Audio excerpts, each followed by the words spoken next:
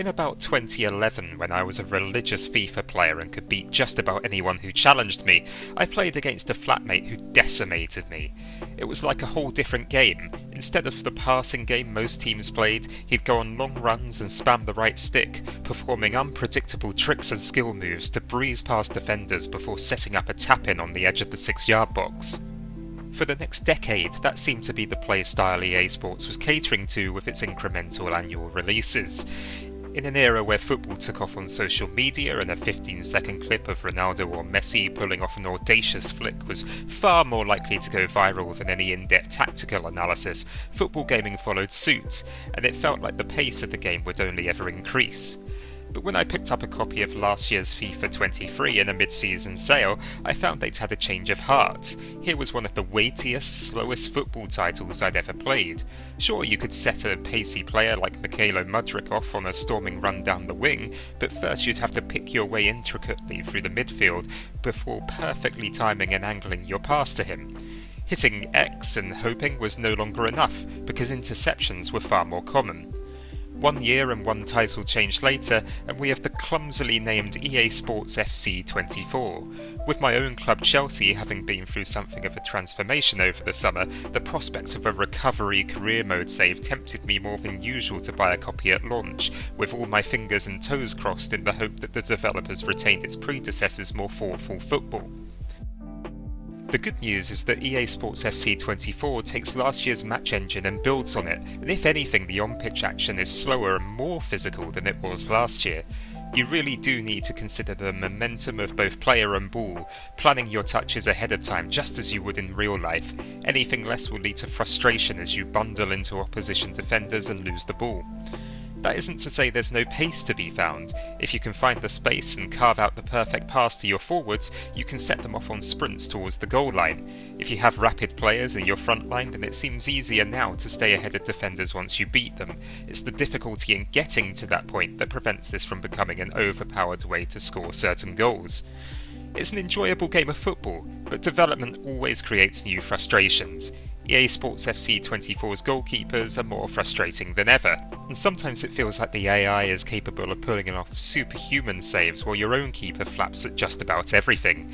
The same holds true of interceptions and tackles. Any even slightly predictable pass you try to play will be cut out on higher difficulties, while most of your time off the ball is spent fighting the AI positioning to get into plays for a block or challenge that would be impossible without manual movement. Much of this is probably due to an underlying momentum or balancing feature aimed at keeping matches balanced and interesting by aiding the weaker team. The byproduct of this is that it frequently feels like it's as easy to beat Manchester City or Tottenham 4-0 as it is to lose by a similar margin to Brentford or Fulham. Like every year, some tinkering with the difficulty sliders is required to prevent fringe players at Premier League minnows from hitting the top corner from 35 yards every game. Another small criticism, albeit one that breaks immersion, is that AI players seem very prone to knocking the ball metres ahead of themselves to run onto. This can work to great effect if said player is Mohamed Salah, but looks ridiculous when it's a lower League Cup opponent and it's been happening all match.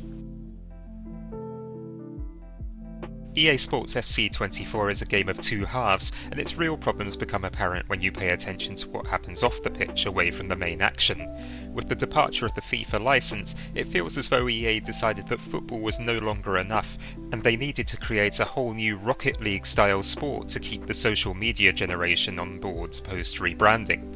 The grass and studs and mud are still there, but while FIFA used to attempt a faithful recreation of a real matchday broadcast, the authenticity is now hidden under more overlays and pop-ups than a Formula 1 sprint race.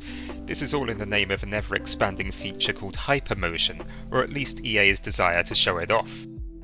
While FIFA 23 featured hypermotion goal replays, slow-motion replays with dramatically overlaid statistics showing the distance to goal or the XG for a shot for example, EA Sports FC 24 takes it to a whole new level, and any set piece now appears to be fair game for any number of messy overlays, from attempts on goal to possession, result odds, or even player fatigue expressed as a percentage. Other changes also sully EA's once pristine presentation and pull you out of the illusion.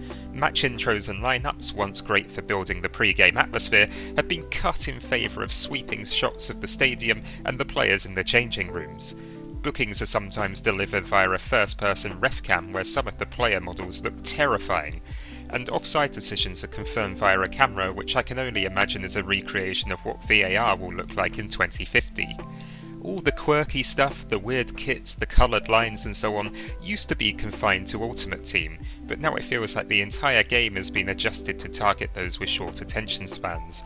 The impossible camera angles and augmented reality graphics are everywhere, and altogether they only serve to make EA Sports FC 24 feel less like authentic football and more like, well, a video game. The wholesale TikTokification of FIFA's presentation could have been easier to stomach if EA had delivered significant upgrades elsewhere, specifically in career mode where I spend most of my time. Unfortunately, there's little to report on here, as besides a new feature that requires you to sign coaches for your club to influence your team's development, very little has changed for a number of years. EA Sports FC 24's case also isn't helped by the fact that it generally feels much buggier than previous iterations in the series. Apparently swapping out all those FIFA logos for EA Sports FC ones took a lot of development time, because a lot seems to have slipped through the net. Even in just my first 10 hours I encountered an in-match graphical glitch that made me thankful I didn't suffer from epilepsy, one of my defenders becoming invisible and playing everyone onside, away team players on the pre-match screen dyeing their hair white, my team's fans leaving the stadium early even when I'm winning 4-0, a substitute who was warming up teleporting across the touchline at half-time, and numbers still being shown the wrong way around on the substitution board. All things considered, EA Sports FC 24 is a hard game to sum up. Typically, I might score a FIFA game 4 out of 5 if it was strong on the pitch but failed to bring anything new to career mode, but the bugs and the overbearing cyber football elements detract further from this year's game in my eyes. Hopefully the bugs will be fixed in updates, and there is an option to turn off many of the hypermotion overlays, but EA Sports FC 24 has taken a discouraging direction, and it seems faithfully recreating real-life football has tumbled down EA's list of priorities faster than Sheffield United back to the Championship. There is a fantastic game of football here if you focus on what EA Sports FC 24 delivers on the pitch and disregard the fluff around it, but it's getting harder to find. It will be interesting to see where EA goes next, but the key to surviving the 2023-24 season will be turning hypermotion graphics off and sticking to the gameplay. Thank you for watching, and if you like this video, please consider subscribing to the channel and visiting stratpack.blog for more.